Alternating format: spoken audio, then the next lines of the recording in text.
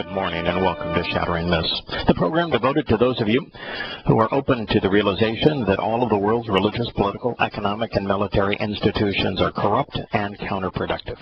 I am Yahowah. Our number, if you'd like to join us anytime over the next 2 hours, is toll-free, 877-300-7645. I was curious as to why Mr. Wolf, he is the president of the Missouri University system, would step down. Now, many of you have heard that the University of Missouri football players decided they were going to boycott the next game. They wouldn't play. Kind of interesting, and that they're supposed to be student athletes, and that the deal is that they perform in football for a paid education. But nonetheless, they were incensed, and they were not going to play football until Mr. Wolf resigned. Now, did Mr. Wolf say or do anything that was racist? No. So I watched a little of Mr. Wolf's comments after he said that he was going to resign. He was very articulate. He took full responsibility for a series of slights that he had absolutely nothing to do with. And said, I don't want to be a distraction. I'll step down.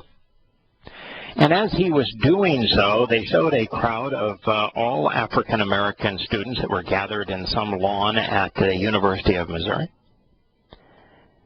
And the two ringleaders in the front acted like they were great apes. Now, I'm not saying that for any reason other than their mannerisms. They were walking around, swinging their arms and flailing their head around and gyrating in the same manner that we've all seen the great apes demonstrate their prowess on television cameras, as various scientists have filmed them in the wild. Chanting from time to time, but no intelligent discussion. Just a animalistic show of dominance. God, it was revolting. So I read what the president was alleged for having done, and he didn't do any of these things, but these are the slights that the black students were complaining about. A swastika was drawn in feces in a dormitory bathroom. Now, of course, I wouldn't expect a University of Missouri student to be educated. It's a state school and a state not known for its education. But let me give you a clue there, boys and girls. The swastika was the symbol of anti-Semitism. It was a symbol of Nazi Germany. And Nazi Germany did not show hatred toward or racism towards blacks, but instead two groups of people, neither of which were African American. One of them was the Jews. That's well known. The other were the folks that they called gypsies. And those were the two. And it was primarily Jews.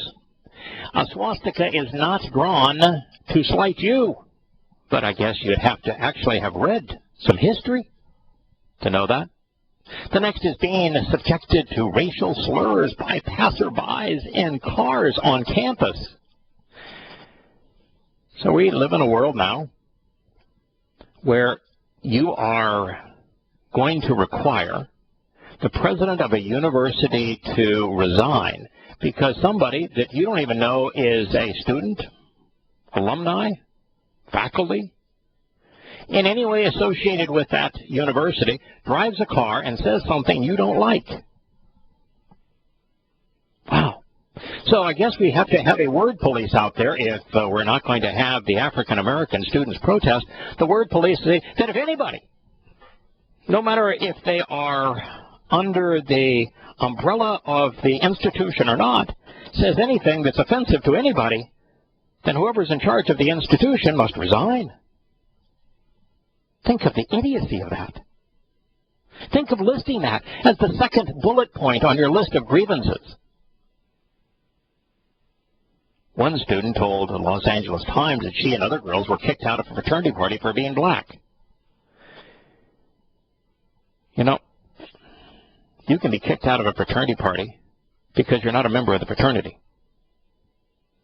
You can be kicked out of a fraternity party, let me repeat that, because you're not a member of the fraternity. A fraternity party is for the fraternity members and their guests. But I guess you would have to know what a fraternal order is, after all, to understand that. Another student said a professor told her she was only at the university because of affirmative action requirements. That was probably true. But in this age, political correctness isn't acceptable. Now, that professor would have known. The professor would have known whether or not this individual, because that individual was in his or her class, was qualified. And the professor, to be a professor at a state institution, had to be steeped in political correctness. So they would have had no problem with affirmative action. You cannot be a professor in a major university and not adhere to political correctness and therefore be a proponent of affirmative action. So this professor was in a position to know and was simply stating a fact. When the facts become offensive, for example, when I say that Islam is a terrorist dogma, that it was created by Muhammad as a criminal enterprise, that would be considered offensive to Muslims. But it's absolutely true. The truth is no longer an alibi. Not receiving any university support after the fatal shootings of Michael Brown in Ferguson, Missouri. What in the hell are they talking about? They want somebody to come out and hold their hand because a thug and a thief was shot because he tried to strangle and attack a police officer? Listen, I think that what Wilson did on that scene, and we devoted a number of programs to it, was absurd. I think the police in this country are way out of control. And that incident never should have happened because, A, Michael Brown should not have harassed a store owner, threatened him, and stolen cigars that were specifically designed to heighten his marijuana experience. And then when he did so, he shouldn't have gone gleefully down the street gloating as if, you can't stop me. I can steal anything I want. I can assault anybody I wish to. And with that same attitude, he was pulled over by the police who told him to get out of the middle of the street, and he went ballistic because he had no sense of right or wrong, no judgment. He was killed because he charged the policeman. And you need counseling to deal with that? And you want the president of the university to resign? You won't play football because he didn't hold your hand? Wow. Next was no response from Mr. Wolf after black students stopped his car at a homecoming parade. No response from Mr. Wolf after black students stopped his car at a homecoming parade. So here is Mr. Wolf in the homecoming parade. Black students act inappropriately, and they impede his movement. And rather than the perpetrators making a statement and saying, yeah, what we did was probably inappropriate, that we threatened him. We impeded him. We impeded his freedom. This was an inappropriate forum, and you want him to respond? Being treated differently to white students on campus. Maybe they ought to look at their list of grievances. They're out of their ever-loving mind. This was just an interesting walkthrough what America has become. It's the age of the bully. It's the age of political correctness where right no longer matters. Speaking of being wrong, a Jordanian officer shot and killed two U.S. government security contractors, a South African trainer and a Jordanian translator. At a U.S.-funded, why in the world are we funding police training facility at Amman? Thank you very much, America. We appreciate you supplying the weapons and the money and the trainers. Let's show our thanks by killing them all. U.S. President Barack Hussein Obama said he was treating the attack at the King Abdullah Training Center, in which 4 Jordanians and 1 Lebanese citizens were also wounded, very seriously. And a full investigation was underway. Well, let me save the President a dime or two. Islam is a terrorist dogma. Islam gives Muslims no reason to live, only a reason to die. A fundamentalist Muslim, even in light of the fact that the Americans were providing them with weapons and teaching them how to use it, was so hateful of a non-Muslim in their presence, they killed them, murdered them in cold blood. That's the nature of Islam. That's exactly what's going to happen, but on a much larger scale, if you want to also save $1 or $2 on your investigative study. In Syria, the very Muslims that we are arming by the tens of billions of dollars are going to use those weapons on us, just as they did in Libya. Benghazi was perpetrated using weapons that the United States had given to Sharia, Ansar Sharia, Friends of Sharia law.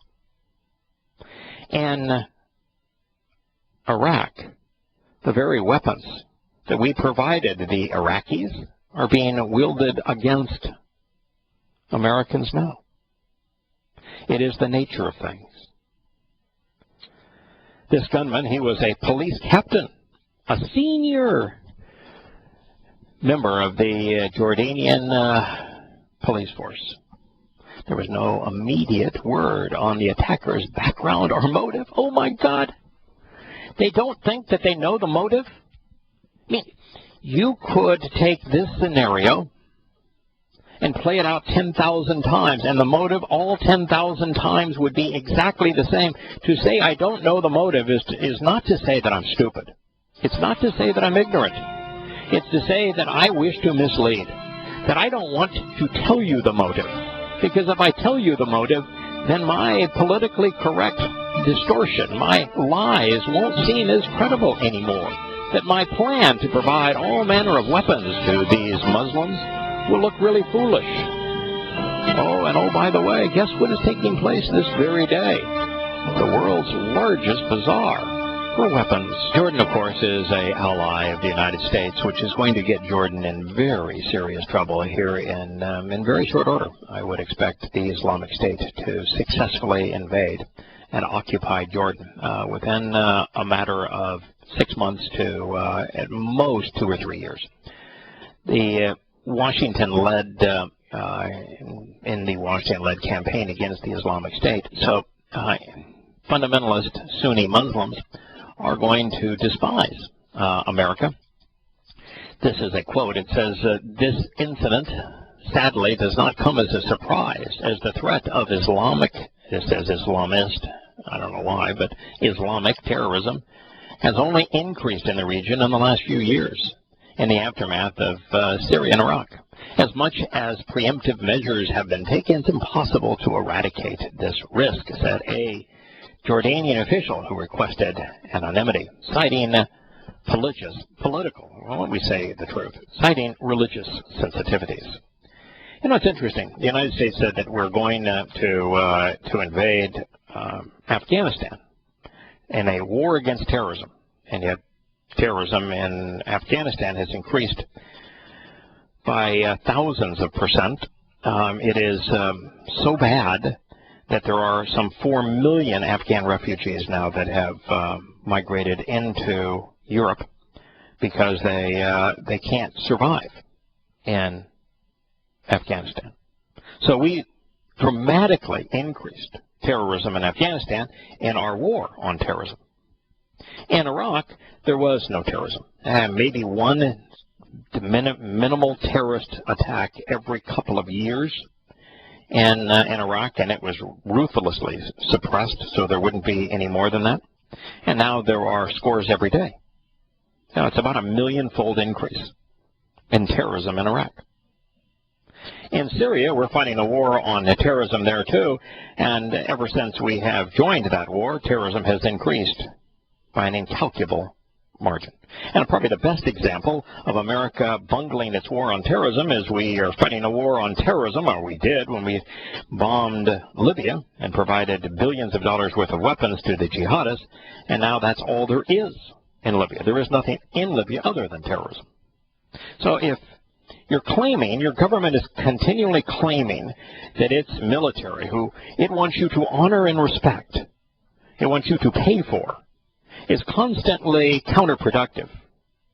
If its every action makes the situation that it claims to be fighting infinitely worse, maybe we have a problem. And wake up, America. Do you have any concept of the reality that you're being lied to? That the war on terrorism is simply making terrorism worse? You know, it's like America's war on drugs. Since America has been fighting the war on drugs, the prevalence of drugs, the purity of those drugs, the consumption of those drugs has gone up some tenfold. I mean, everything that we do delivers the opposite result of that which is allegedly intended. So why would anyone in their right mind support the United States government in its war on terrorism? Or, for example, its war on drugs. Or now, most recently, its war on climate change. Everything it does, it will make worse. This is a sad part of the United States, but Russian communications intercepted by the United States intelligence agencies showed Russia believed that the plane that crashed in the Sinai on October 31st was brought down by a bomb. U.S. sources familiar with the matter said on Monday. The intercepts are among the pieces of evidence leading U.S. officials to suspect that a device was planted on the Metrojet flight that exploded shortly after the Airbus took off from the resort city of Sharm el-Sheikh. Isn't that amazing?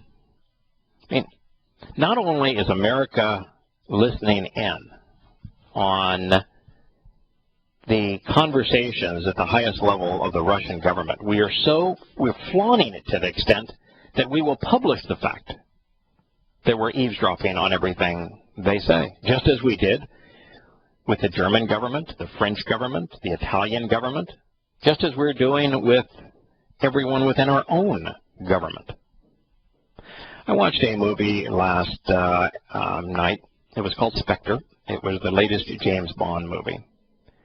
And, oh my, the whole movie was about a 10-nation international intelligence gathering consortium being led by unelected officials spying on everyone within their governments, every citizen of their country, everywhere, all the time, spying. It is exactly what the U.S. and Great Britain collectively have conceived. It's a great for a spy agency whose primary tactics are to spy on the American people. Is headed by the U.S. military's generals, the NSA, an organization that the U.S. War College, after a comprehensive investigation, determined the same thing that I learned as I investigated them on my own, that they lie more often than they tell the truth, that most of what is said by the military is not only untrue, it's known to be untrue by the person making the statement. And you have dishonest individuals with no moral fabric in the ultimate slave master institution where the subordinate has no choice but to follow orders. And you have that kind of an agency over the largest spy network in the history of humankind, 1 billion times more intrusive than the Gestapo. And it's in league with the CIA, which is so immoral that it conducts torture and never doesn't even bother to apologize for it. And it is in league with the FBI, who for decades now has fabricated has fashioned files, first of all, fashioned files on political leaders to keep those political leaders from criticizing it and reining in its power, this blackmail, and who has fabricated evidence against individuals who have been convicted of crimes and have spent decades in prison, all on fabricated evidence. And that collectively, this is the spy agency of the world. And then it goes to other member states and say, yeah, we're spying on you. But you either join or hellish things are going to happen to you. And that's true of Australia, New Zealand, Italy, France, Germany, the UK. They all have to play along. And that was the nature of the movie of Spectre. That is our reality. Now, folks, I can't protect you from it. I can't convince you that this is the single most grievous thing that's ever happened to the United States or to the world at large. I can use my words to tell you you have no hope in opposing your government, of changing your government, of reining in your government's tendency to be vicious, your government's propensity to deceive, because it's way too late. There's nothing any of us can do. We've lost. If you're a freedom-loving individual, if you cherish privacy, you've lost. And there's no place really that you can go to get out of the view of these horrid institutions. And there isn't anybody in power in the United States or anybody running for power in the United States that isn't aware of this. They all know it's the case. And yet we talk about nonsensical issues. Dateline Washington. This is an interesting story considering the one that I just shared with you. The United States has spent billions. Actually, it's spent trillions over the past 14 years improving its ability to gather intelligence across the globe. It's not gathering intelligence, it's spying on everyone. And to be intelligent, you have to have the proper perspective. You have to know when and what to look at. We are indiscriminate. There is no intelligence associated with our gathering of information. We ought not call it intelligence. We ought to call it what it is. Spying for the sake of empowering governments and individuals. Now, much of that money was intended to ensure that acts of airborne terrorism like September 11th never happen again. Boy, is that ever stupid. The plans for 9/11 were made public 5 years before 9/11 occurred. Anybody that wanted to read about it could Google Ramzi Youssef. I mean, it wasn't even hidden because Ramzi Youssef had conceived the plan before he bombed the World Trade Center. And so we knew who had conceived the plan. We had access to his plans. And yet the quote-unquote intelligence center systems did nothing. If you want 9/11 not to happen again, all you have to do is install Kevlar doors in aircraft. Then an event like 9/11 cannot happen. You could have zero intelligence, you could have zero military, you could have zero FBI, you could have zero TSA, if you simply did what airlines did, which was replace the cockpit doors with Kevlar. 9/11 becomes impossible. So that was done. There's no reason to spend these trillions of dollars. And yet, here we are told, but since a Russian charter jet crashed in the Sinai Peninsula in Egypt last week, a combination of factors has limited the ability of the United States to quickly piece together information sufficient to determine with confidence why the plane fell from the sky.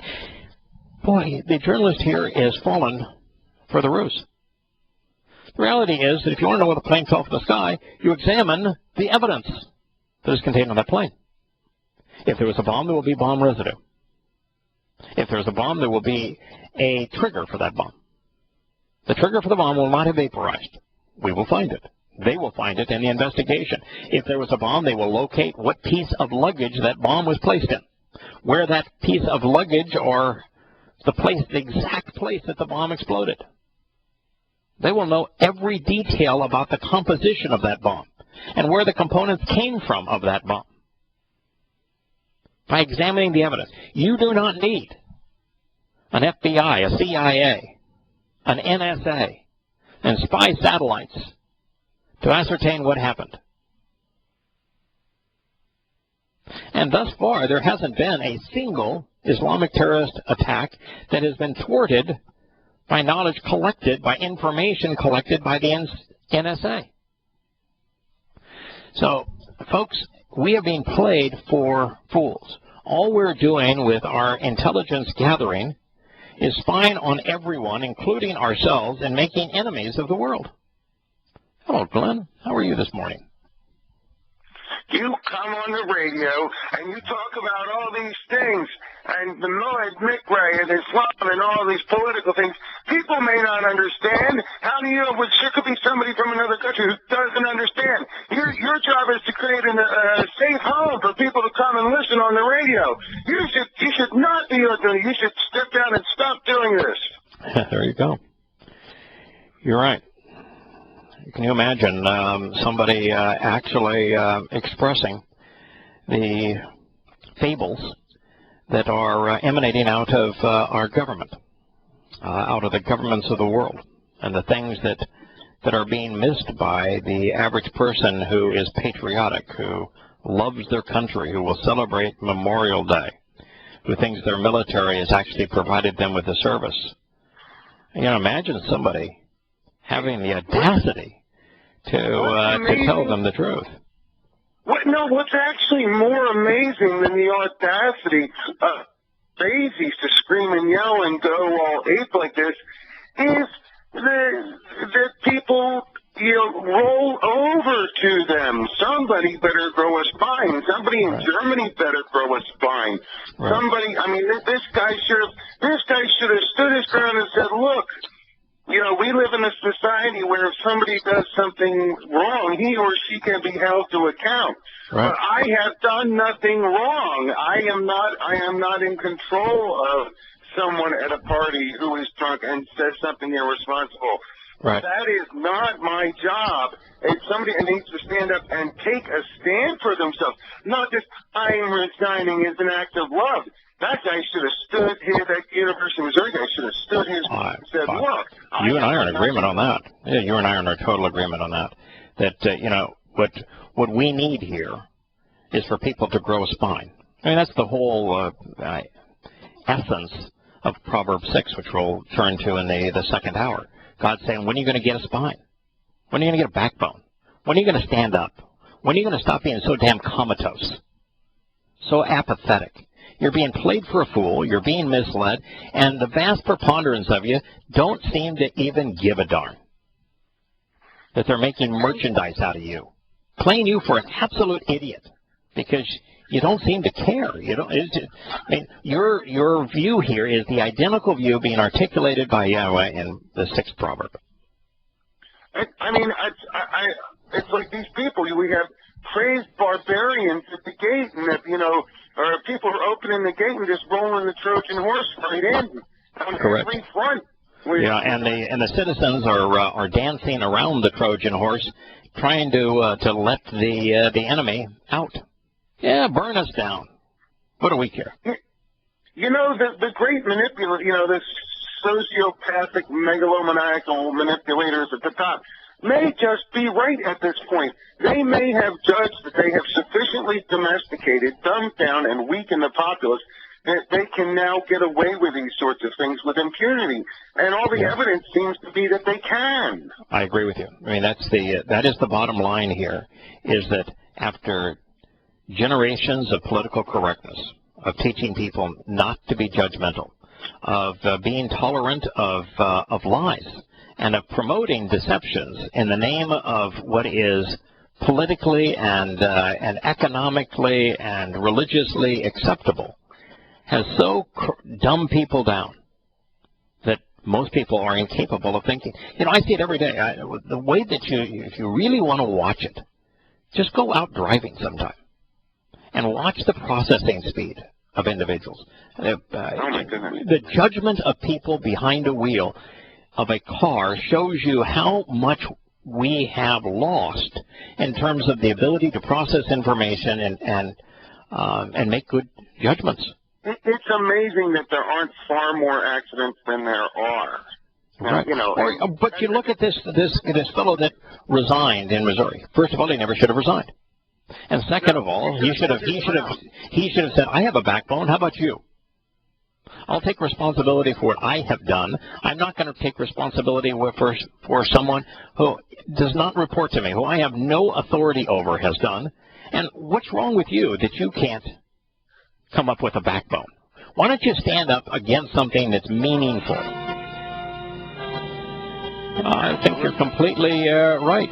But as you know, the reason that we expose and condemn politics and academia and the media and religion and the like, the media and the spy agencies, is that Yahowah tells us that until we disassociate from these things, until we stop trusting these things, then we never are going to either be able to listen to him, have a conversation with him, or relate to him. If you go to Bonner's video, it was he advertises now at least once or twice a program. You know what his calamity is?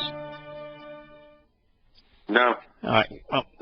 Bonner is basically saying that yes, America's debt at $18 trillion going to $20 trillion, and the unfunded mandates at about $70 trillion will in fact do the country in if we were to survive long enough for that to occur. And quantitative easing, where we are no longer able to borrow money and therefore we must create the illusion of solvency, requires way too much make-believe. And that'll do us in, but we aren't going to get it that far. He said back in the 1960s, when we stopped making things and real productivity plummeted and real earnings plummeted in America, that we created a myth of economic progress and economic growth through credit.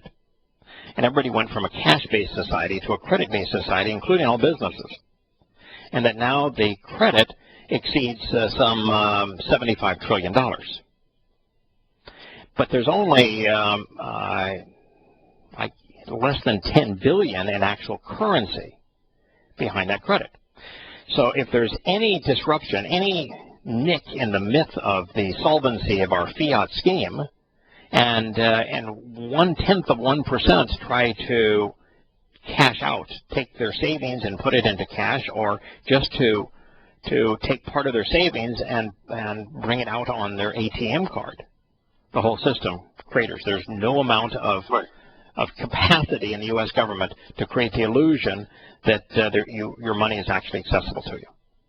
Well, the two trip triggers most clearly on the near horizon for this are the message, if the Fed even presumes to attempt to touch the interest rate on the one hand, and B, when the second one is when the Chinese renminbi becomes a reserve currency in the new year.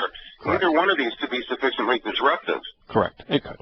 Yeah, absolutely. As well as the anarchy that is likely to ensue in Europe as a result of the millions of Muslims that have been brought into Europe. In fact, I think it was you that called this the summer of our discontent and predicted that this would be at the calamitous point. And I said, I think you're a little early, but the events certainly lined up this summer for the anarchy that is to follow.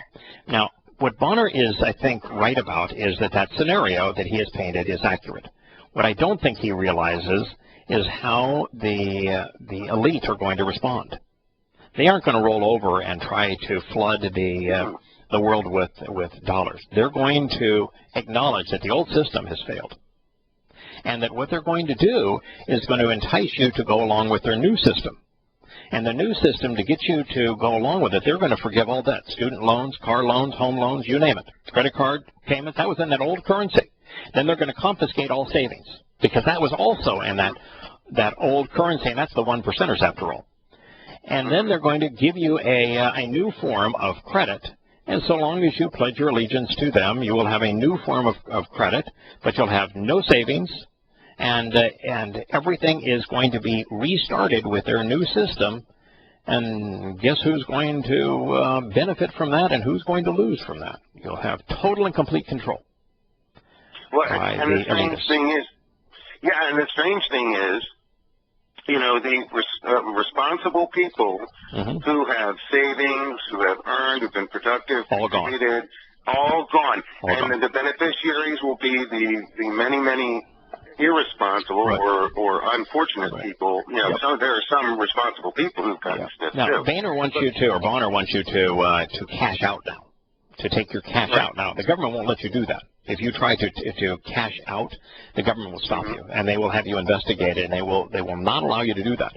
But even if you could do it, it won't do any good, because the government's response is going to be to outlaw cash.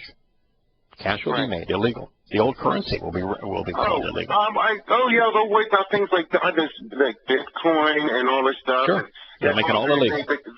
People trying to hide in carrot bars, all they have to do is pull an FDR and take the, confiscate gold, Right, and if your plan is that you're going to have a bunker someplace and you're going to be self-sufficient and you're going to have seeds and you're going to grow your own crops, if you have food, if you have a generator and can generate power, if you have gasoline or propane to generate your power, and others don't, and they're hungry and they're cold, they're going to come after you. And then what are you going to do? Are you going to have an arsenal, and are you going to be willing to kill all those people that come after what you have? Yeah. Isn't it intriguing that Moshe said, store not up on earth where moth and rust consume and where thieves break through and steal? Right. Yes, that is the place that we find ourselves. And, Glenn, there is no solution other than the exit strategy that Yahowah has provided, and that's to participate in his covenant and get the ride of a lifetime on Torah.